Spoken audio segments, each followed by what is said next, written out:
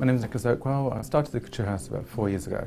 It's a passion of mine that I've had since I was 15, 16 years old, so 30 odd years later I'm actually doing it, which has been amazing. It's a great privilege to be asked to have the gown included in the exhibition. This gown that we're making is a couture gown, which is obviously very different than fashion. Couture is the art of beautiful clothing. Couture gowns are totally handmade. That's the only way they can be.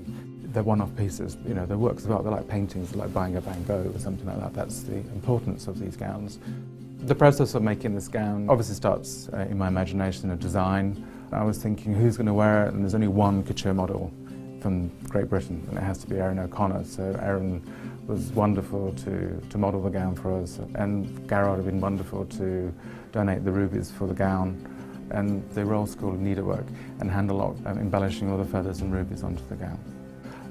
We make a mannequin tailor stand inside the workroom, and then we draft the patterns up, so it's like mapping a house really, it's very technical.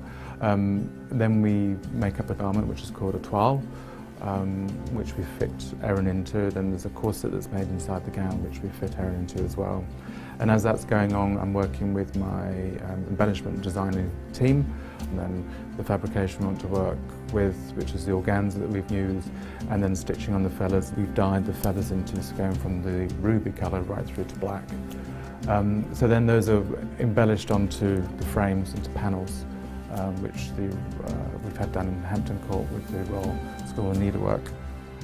The embellishment has taken hundreds, if not thousands of hours. I think I'm hearing that the dress is up to about 2,500 hours. I'm sure by the time we finish it, it's going to be 3,000 hours.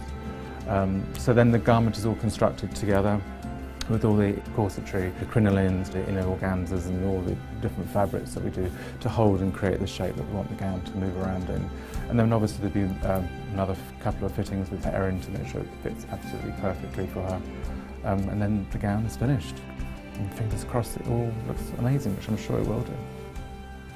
I think British fashion's always in a good place. Even, you know, the spotlight might go to New, but we're always producing amazing clothes, you know, and talent, and it's constantly changing and revolving, and we have all these amazing people around throughout the UK. So I think people are wanting to see that and see behind the scenes. It's not just seeing a beautiful gown. It's like, wow, how is it made? There's customers globally who are buying into British couture.